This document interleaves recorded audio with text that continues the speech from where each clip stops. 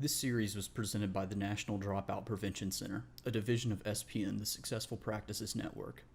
Improving attendance to reduce learning loss was presented to the South Carolina Department of Education by Dr. Sandy Addis, chairman of the National Dropout Prevention Center. Now, another thing to think about, this is something we've noticed around the country in different schools that we've looked at, barriers to attendance. Many times when we were trying to improve attendance, we say, well, what's keeping them from coming? Is it bus tickets? Is it transportation? Is it home responsibility? Here's what we've learned.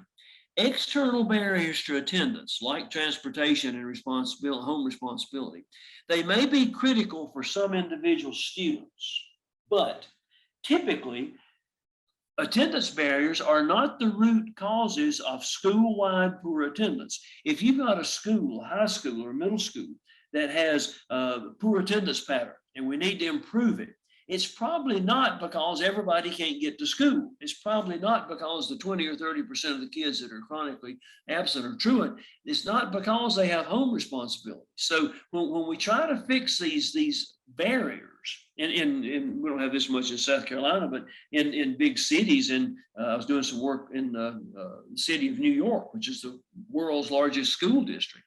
And they had a lot of challenges of kids that couldn't get to school. They all ride public transportation. They couldn't afford the bus tickets, give them tickets that school would provide them, that kind of thing. That's important when it occurs. But in most cases, if you're trying to tackle a school-wide truancy issue, you're not going to solve it by giving out bus tickets and helping kids make sure they get, the attendance barriers are resolved. It's usually more than that. And I'll get to what that more is here in a minute. Now, also, attendance and engagement are critically connected. This is something that's often ignored. When we look at attendance, we often look at the nuts and bolts of attendance, but actually, a lot of it has to do with student engagement. When teachers think of attendance, they tend to think of it as, well, if he missed 1 out of 5 days over a month, he missed instruction or she missed instruction, and we don't have academic time on task. Academic time on task is important, but attendance is more than just about academic time on task. Attendance, particularly for upper grade students, is an indicator of positive engagement with school. Say that again. Attendance, particularly for upper grade students, is an indicator of positive engagement with school. Attendance is more than just, I missed Thursday's lesson. It means I'm not interested in Thursday's lesson. I am disengaged from Thursday's lesson. I'm not a part of that. I'm not a part of this school. A student that misses 20% of the school days is certainly not going to be engaged in school very well, either academically or interpersonally, socially, in all those other ways that we engage with school. So we need to think about attendance as more than just time on task. It's about whether or not students are interested in and want to engage with school. Relationships. Here's something we learned about attendance by observing hundreds of schools over time and hundreds of individual student situations. Positive attendance patterns, particularly of at-risk students, are often driven by positive personal connections with caring adults associated with the school.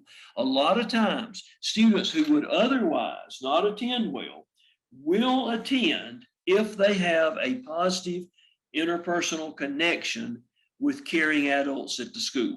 That can be teachers, that can be bus drivers, that can be mentors. That's one of the reasons why a mentoring program is so important for at-risk students, particularly assuming that the mentor works to connect the student with the school. That student will attend because they have a sense of personal accountability to somebody. That one teacher that I do not want to disappoint because I like them and they like me, and I will go to school to make that connection.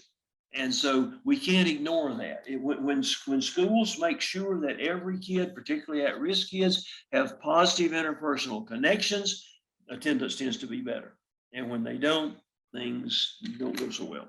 So there again, it's a lot of it has to do with again with the connections with adults. You can't ignore that one. A culture of positive attendance. School culture is important for attendance. A school-wide history of positive attendance. When we've seen schools that have great attendance over time, here's typically what we find: a positive school climate. The climate of the school makes students feel good about being there. They want to be at school. They want to be part of that experience and the school experience, both in the classroom and in many cases, more importantly to kids outside the classroom, it has to be positive. Think about this for a minute. School is, in my thinking, is divided into two parts, academic and everything else. We got the academic side of school, we've got the experience side of school. You can ask, and we could do it with the 40 plus people that are on this 49 right now that are on this particular webinar, if we had time. You can ask people, even educators like us, you can say, tell me something you remember about your K-12 school experience. Think about that for a minute. What would you say? I bet you most of us, if not all of us, would name an experience rather than an academic fact or matter.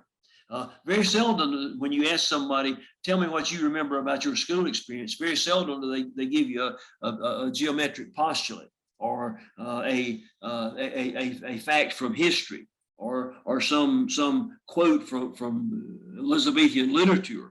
What we talk about is the experience. We remember the band, the bus ride, the girlfriend, the friends, what we did, the football game, the team. We remember all those things. And that's the way students look at school. They have to have that positive school climate. And we found that when schools have poor attendance patterns over time, usually there's a school climate issue.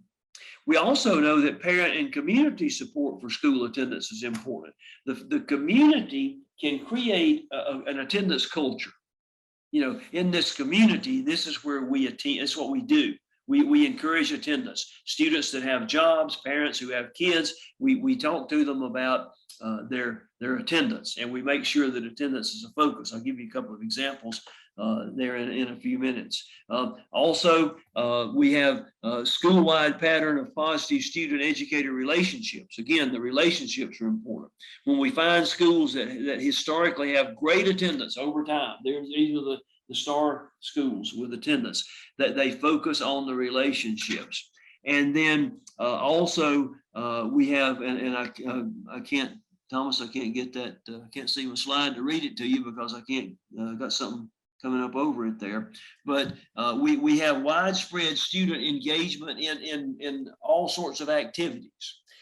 Schools that have a very high percentage of students participating in extracurricular activities, whether it be sports, band, clubs, ROTC, whatever it is. When schools have a very high extracurricular percentage of participation, they also tend to have good attendance.